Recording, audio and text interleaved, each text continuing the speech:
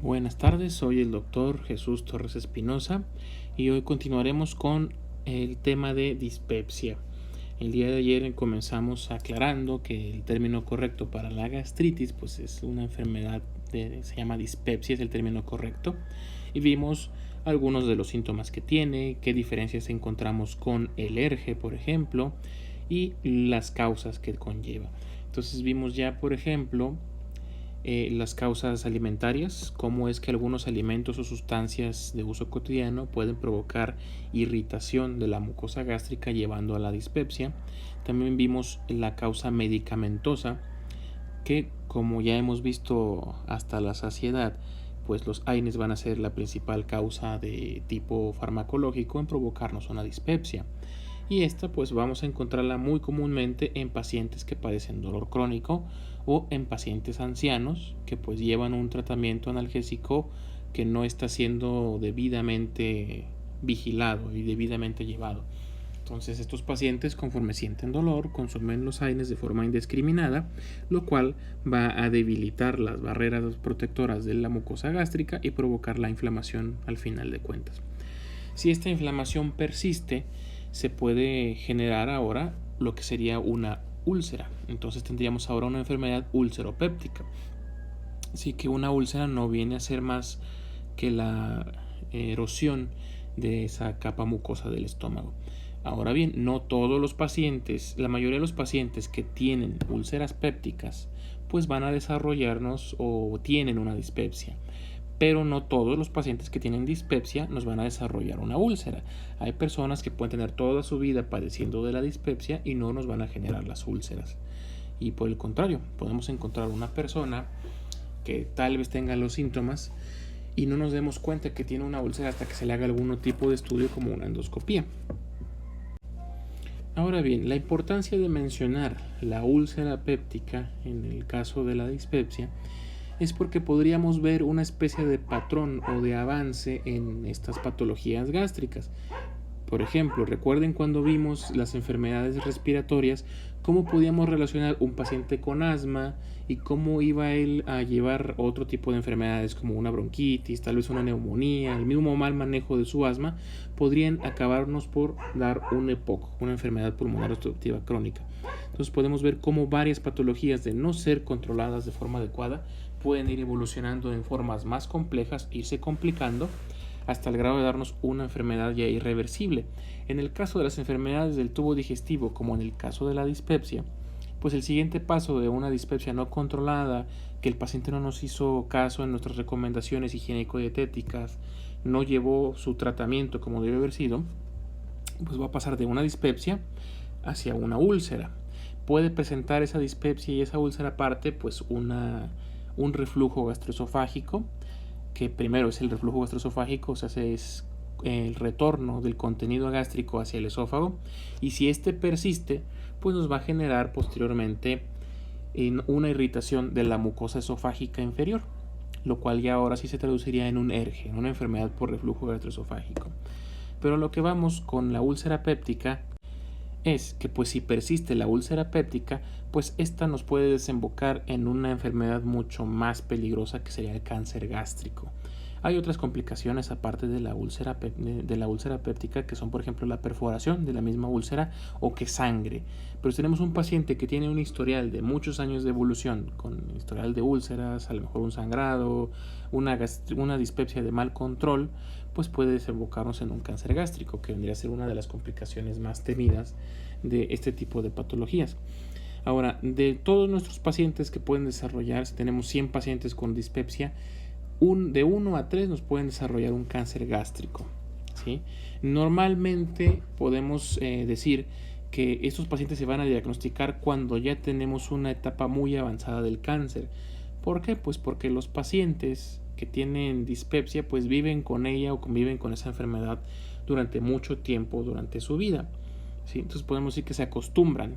Entonces, como la sintomatología que nos podría dar el cáncer es muy insidiosa, es muy oscura, por decir algo, pues va a estar enmascarada por los síntomas de la dispepsia o por los síntomas de la úlcera gástrica previa, ¿sí?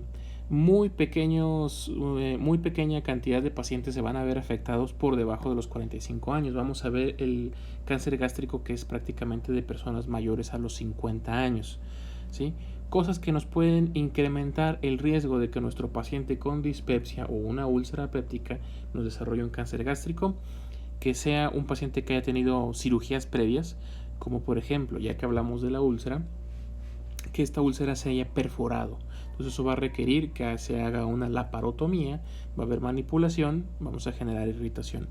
Un familiar que haya tenido cáncer gástrico, en la mayoría de los cánceres vamos a notar que hay un componente genético muy importante. Muchos cánceres van a generarnos cánceres en los familiares que ya los tuvieron. Entonces tenemos una persona que tiene familiares en primer grado o familiares inmediatos con cáncer gástrico, probablemente nuestro paciente podría desarrollarlo.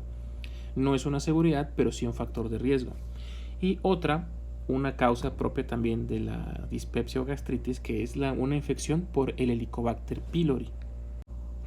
Ahora bien, para abordar a nuestro paciente que acude sin que haya visto o haya habido una documentación de su patología o de su enfermedad péptica, pues tenemos que seguir varios pasos. Primero, el inicial pues va a ser la anamnesis, un correcto interrogatorio de nuestro paciente y una exploración física adecuada. ¿Qué vamos a ver en este apartado? Pues primero nos tiene que explicar su dolor. La principal causa de consulta por esas situaciones es más que nada pues el dolor. Entonces nos va a decir de qué tipo es el dolor. Normalmente pues dicen que es un dolor de tipo ardoroso o quemante, de ahí que pueda relacionarse con las agruras que se les nombra coloquialmente a la pirosis.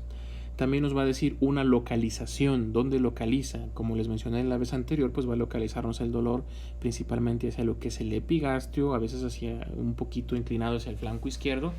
Algunos nos lo pueden referir que se encuentra en hemicinturón izquierdo, o sea que es casi como si les diera la vuelta hacia la espalda. También algunos pacientes lo describen como que es un dolor urente, es un dolor que puede provocarle cierta sensación de desesperación. Sí, por eso es urente, derivado de urgente. Algunos otros lo mencionan que pasa hasta la espalda, entonces por eso podemos decir que es un dolor de tipo transfictivo, como que perfora el dolor. Otra cosa que debemos preguntar para identificar que es un dolor que se acerca a la dispepsia es la frecuencia, cada cuándo sufre de ese dolor y si hay alguna situación que esté relacionada con él, como por ejemplo pues si le pasa después de que comió ciertos alimentos o simplemente después de que comió algo. En algunos casos puede estar relacionado de forma psicológica con personas que tienen algún tipo de carácter fuerte, por ejemplo, ¿sí? Ya que en ellos hay una hipersecreción de ácido clorhídrico que va a lastimar más a la mucosa. También vamos a preguntar el tiempo, desde cuándo empezó a manifestar estos síntomas, principalmente el dolor. Esto porque nos va a decir qué tanto tiempo tiene, entonces nos puede orientar a que el paciente tenga un trastorno ya crónico, ¿sí? Que ya tenga muchos años con él. La cronicidad pues nos va a hacer sospechar también de que pudiera tener una úlcera, o si es demasiado crónico, demasiado tiempo de evolución, pues podríamos sospechar, si está acompañado de otros signos, que podríamos estar frente a un cáncer gástrico probablemente, ¿sí?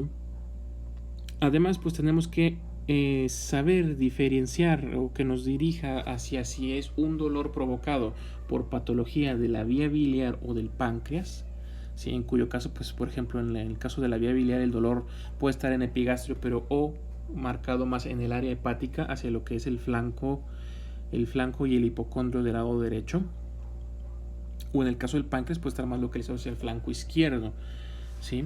Y en cambio, si es un dolor que no está muy bien definido y lo localizamos en otras regiones, podríamos pensar ya más bien en una úlcera, si es un dolor muy intenso, o en un ERG, una enfermedad por reflujo gastroesofágico, que ya están más relacionados con la dispepsia. También debemos de notar o de saber si nuestro paciente tiene un origen de su problema por algún consumo de algún medicamento. Entonces vamos a preguntar si utiliza algún tipo de AINE o algún analgésico, principalmente ya lo he mencionado, el ácido acetilsalicílico, la aspirina. Pueden ser otros de uso crónico como el ibuprofeno, el diclofenaco, el naproxeno. Todos los analgésicos de la familia de los AINES de forma variable pueden provocarnos una dispepsia, una gastritis. Y también el uso crónico de inhibidores de la bomba de protones nos pueden provocar un tipo muy característico que sería la gastritis atrófica, ¿sí? La cual va a permitir o facilitar la colonización del estómago por el Helicobacter pylori, que tiene una gran importancia en esta patología y lo veremos más adelante. Ahora, aparte de todo esto que estamos viendo, hay que pensar en datos de alarma, datos que nos hacen pensar que la enfermedad que tenemos ante nosotros no es común o que se está acercando peligrosamente hacia alguna de sus complicaciones. Por ejemplo, la pérdida de peso no intencionada nos puede orientar hacia la presencia de un cáncer. De hecho, muchos pacientes que padecen cánceres en diferentes regiones, el primer dato que presentan es que hay una pérdida del peso, y no es una pérdida de peso que el paciente está haciendo ejercicio o está llevando una dieta, es una pérdida de peso exagerada y no intencionada. Otra cosa que consideramos como un dato de alarma, que presente disnea progresiva de sólidos y líquidos, ¿sí? ¿Qué quiere decir?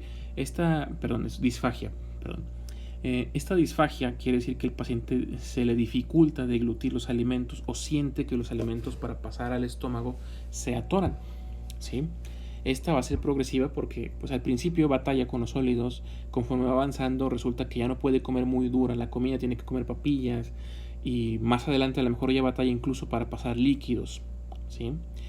Posteriormente puede presentar vómitos de forma persistente o lo que serían regurgitaciones. Si no pasa ya nada, entonces si no pasa nada hacia el estómago, si la disnea es si la disfagia es bastante severa a líquidos, entonces nos podría sugerir que hay una masa en esófago o en la parte superior del estómago. Esa masa pues podríamos pensar que es un tipo de cáncer o alguna otra situación, alguna neoplasia que está provocando la obstrucción del tubo digestivo. Otro dato de alarma, datos de hemorragia de tipo digestivo. En el caso donde estamos localizados ahorita, estamos viendo patología de estómago, estamos viendo lo que es vía digestiva superior, porque nos encontramos por arriba del ángulo de Treitz. Entonces aquí, ¿qué datos vamos a encontrar de hemorragia digestiva? Pues hematemesis, ¿sí? Que nuestro paciente vomite sangre. Puede ser en cantidades variables y la mayor parte de las veces pues nos va a decir más o menos el diagnóstico, las características de esta hematemesis. Por ejemplo, si es un rojo brillante y nuestro paciente tiene antecedentes de alcoholismo o tal vez de cirrosis, pues pensaríamos en unas varices esofágicas. En el caso de la dispepsia o de una úlcera sangrante, vamos a ver un tipo de vómito que sería el vómito en pozos de café, que es un vómito donde podemos ver la sangre, pero podríamos decirlo de forma coloquial, pseudococida, entonces tiene un color oscuro, ¿sí? Otra cosa, que tenga una anemia, ¿sí? Que el paciente haya acudido por debilidad, por hipotensión, por datos de anemia como tal. Hacemos unos estudios y notamos que tiene anemia, pero no hay una fuente del sangrado, entonces podemos sospechar de la vía digestiva. Y por último, pues el más obvio, que podamos palpar en la exploración, que nuestro paciente tiene una masa en el abdomen. Normalmente es no dolorosa y de consistencia firme, si no es que dura. Entonces podríamos estar ya sospechando en la complicación que les comenté, que es un cáncer, ¿sí? Entonces, por lo pronto, hasta aquí llegamos. Mañana continuaremos con ya el tratamiento y los estudios que debemos de hacer para terminar con el diagnóstico de la dispepsia.